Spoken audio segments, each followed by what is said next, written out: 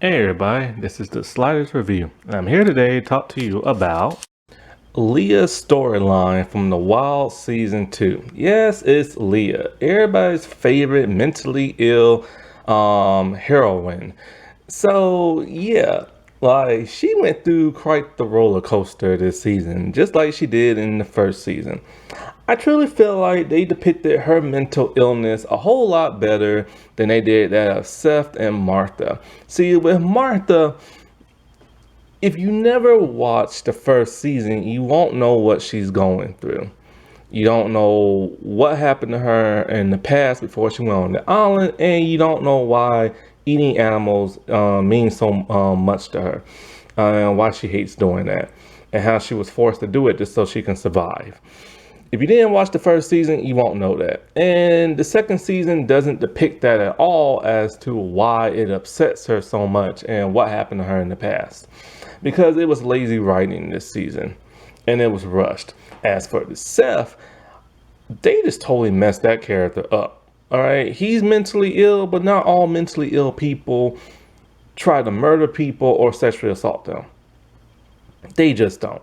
That is a huge stereotype just so people can be all like, see, it's not the weapon that killed people, it's the mentally ill person that killed those people. That's just an excuse people are using in like headlines and on social media and this and that to justify one means the that of another and everything.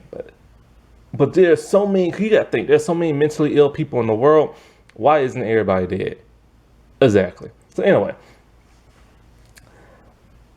Leah is mentally ill. Now, in the first season, I couldn't quite tell what her illness was, but I'm pretty sure I got some hunches as to what it is because of this season. I believe Leah is schizophrenic. All right, let me explain. See, schizophrenia normally occurs when a traumatic event happens to a person, and when they get super stressed out, they start to become almost like trapped in their own head, where things just aren't like perceived right to them. Um, they become ultra paranoid. They start seeing visions. They start assuming things are happening, but it's not. And it's a real bad illness. Medication helps. As long as they take the medication daily, as long as they don't get stressed out, everything will be fine. When it's not, then they have an episode. Leah has been traumatized ever since her boyfriend dumped her. Now she's 17, her boyfriend's a grown man out in his 20s or 30s. See, she lied and said that she's 18 in high school. He thought she was 18, but really she was only like 16 at the time, turning 17. Now, that's still wrong. He's dating an 18 in high school, even though she's an adult by legal standards, but she's still in high school. He should have known better, so he dumps her. Then she starts to try to date her best friend, Ian. But she dumps him when she finds out that Ian is the one that ratted her out. She starts spiraling out of control, starts like dancing in the middle of the street and get hit by a car in the first season. So one thing after another, this has led her to go like nutty in the head. So in the first season, she doesn't want like the girls to like read her book because her book was written by her older boyfriend. When Leah finds a cell phone, the first person she calls is that of her ex-boyfriend instead of calling for help when they're stranded on the island. He doesn't want nothing to do with her and hangs up. So he doesn't even ask what's wrong. He just like, don't call me again. And that was their last phone call. And then the phone died after that. So she screwed everybody's chances and they were stuck on the island for 50 days. And when they got rescued, apparently the people that rescued them are the one who stranded them on the island. See, it's a social experiment to show that girls can survive out in the wild more better than that of boys. And one thing Leah hates is when you call her crazy. It causes her to get even more crazy. Then she starts doing a lot of weird stuff in the first season. However, and then when she starts to suspect one of the girls might be a mole, then um um she becomes even more paranoid and stuff. And she's popping pills, and it's just, she went through a roller coaster in the first season. Now we get into the second season, and now we can see she is hallucinating. She is seeing visions and everything. Ben Fold is one of those hallucinations, her first crush that started her on the path of liking older guys. And so that's now why I believe she's schizophrenic and everything. I couldn't quite tell in the first season, but I'm pretty sure now she is and stuff. Now, she has both evolved and de-evolved in the second season. I still feel like they treated her mental illness right. Like, she is cuckoo in the head in the second season. However, one thing I've been reading online is that people are laughing at her amusement. And so I get the writers tried to write her as real mental illness because, because let's face it, mental illness is a big hot topic now in the world. And every TV show is trying to incorporate in their shows or in their movies. And Leah is one of those exceptions. They have made her mentally ill, but they made it to the where that people are laughing at her and everything. And this is what I've been reading online on Twitter a lot. Like, a lot of people's favorite scene is that of her when she takes, I forget what they call, it's like these little, it's on a stem, and it's like these little seeds on the stem, and they're white, and it looks fuzzy, like a fuzzy ball, and you blow it, and all the seeds scatter and stuff. She blew it on Tony.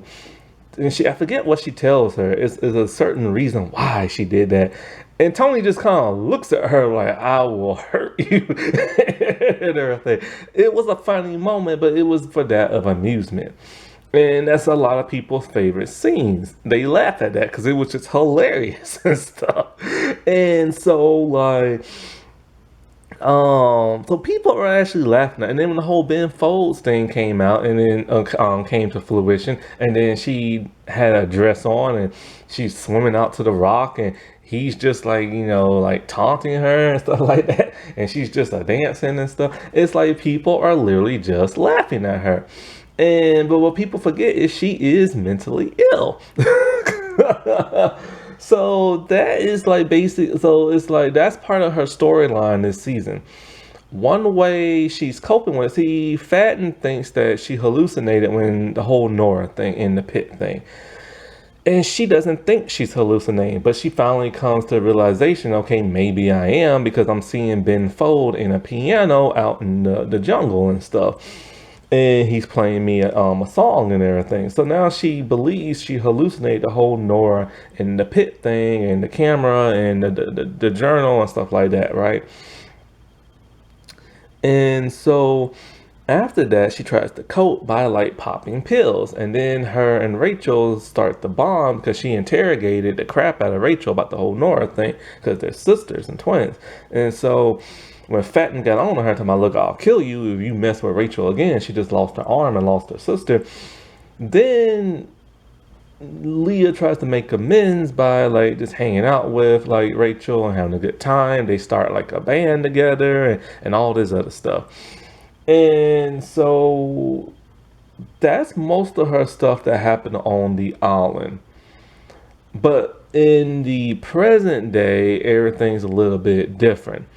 See, she's still making the same mistakes that she did last season. She's still mentally ill, which is not her fault, but she's still popping pills, which is her fault. Then the bribery comes. See, this is the thing we didn't realize. I feel like this undermined her development in the first season with her mental illness. In the first season, we saw she was still zany in the head, and she had to be sedated, and she was screaming, and she was hollering. That was good drama. Now we find out this is all an act. See, Ben Fold told her in a hallucination, use it to your advantage. And this don't make no sense. Why would he tell her that And this is back when, before she knew about Gretchen and knew about all of them, like, people running experiments on them. They just threw this in the second season to make you think of, whoa, she's clever and everything. That was just lazy writing, because it should have been in the first season and not the second. Why would she use that to her advantage if she was just on the island with a bunch of girls and stuff, you know? But anyway, I digress.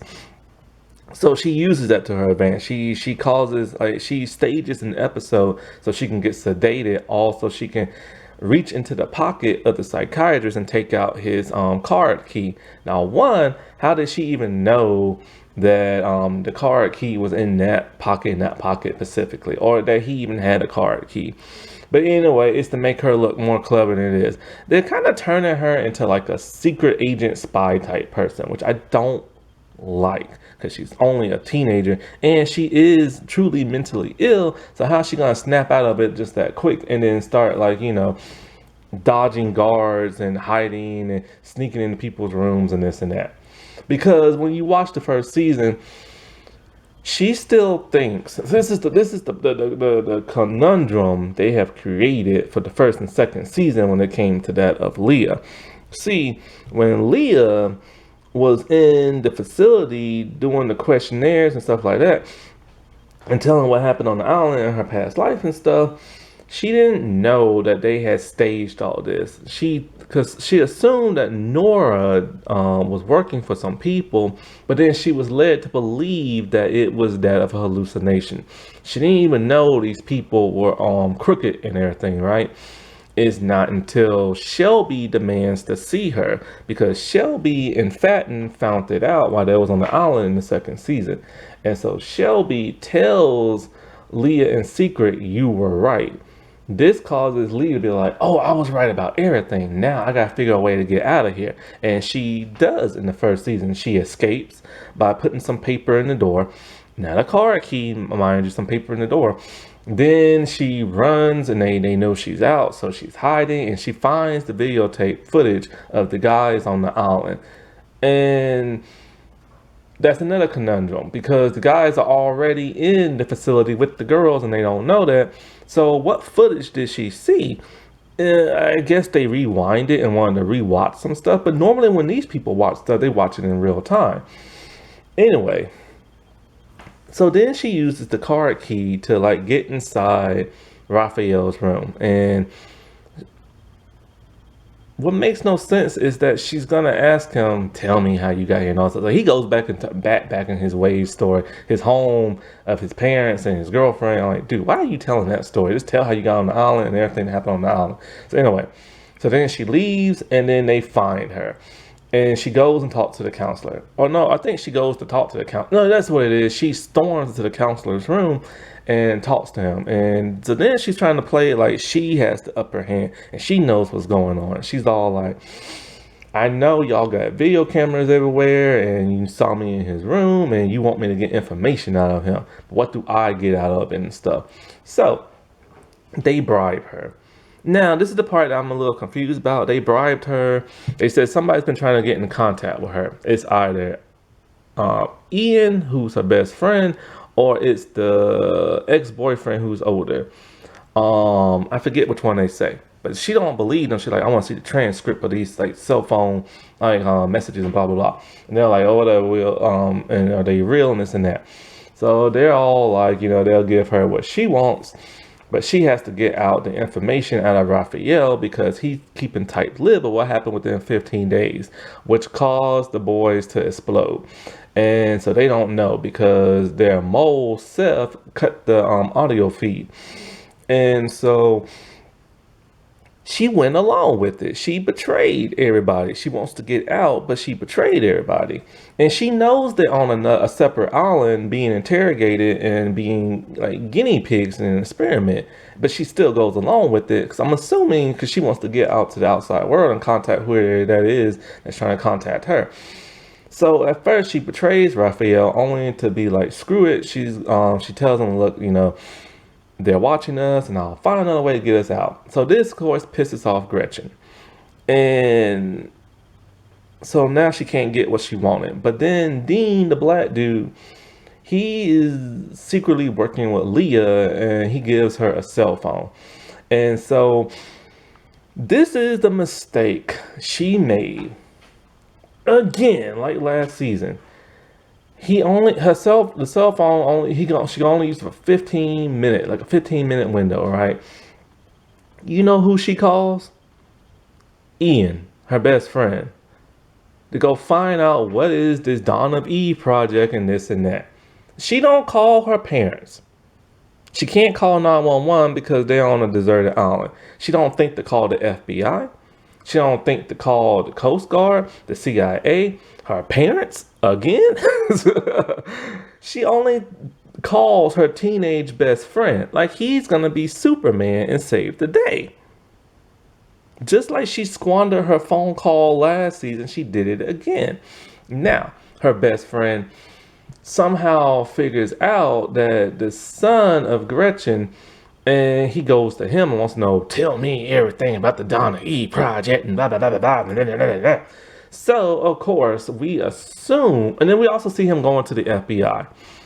So now Leah thinks she has the upper hand on Gretchen, right? And she's all smiles and is all like, your days are numbered, blah, blah, blah, blah, blah, stuff like that. So Gretchen is worried. Some time passes, don't know how much, but then all of a sudden, everybody's room go dark. All the doors automatically unlock. All the kids come out and they see each other for the first time, and then they see some guys for the first time. So then they all like, what's going on? And they all like, let's find out. So they go try every room, and they find one that actually has light. It's like a little prom set up. And then they hear Gretchen's voice on the speaker. And they're all like, well, where is she and everything? So then they go outside. And they see they're still on that island, the separate island for the interrogations. And it was just audio that Gretchen left for them because she left Seth, the sexual assaulter and the wannabe murderer, in charge of watching them. So Leah gets upset. She looks up into the sky because she knows she's been had, and she just lets out a scream, right? And so Leah's pissed because she has failed now. She wanted to escape. She wanted to like everybody else escape, but Gretchen had her. Why? Because when Ian went to her son DJ, he went to his mommy and told on him. So Gretchen took everything out the building and everything and played all the kids. Now, when Ian went to the FBI, one would think they would go and search for Gretchen and this and that. Chances are DJ probably gave him a wrong location and stuff and some wrong intel. And so, but at some point, Ian's going to save the day because he's probably going to go to Leah's parents and stuff, right? Or he's probably going to get arrested for giving the FBI false information. So, yeah, Leah did evolve, but only to de-evolve at the same time, and has now slipped back into madness and everything. And so now the girls and the guys are going to be together if there's a season 3. But hey, at least they won't have to sleep outside because now they got a building. But they're in a building with a psychopath in the name of Seth. So yeah, that's the storyline that Leah had this season. It was brief, it was short, just like all the other girls. Alrighty, well, I'll talk to y'all later. Bye.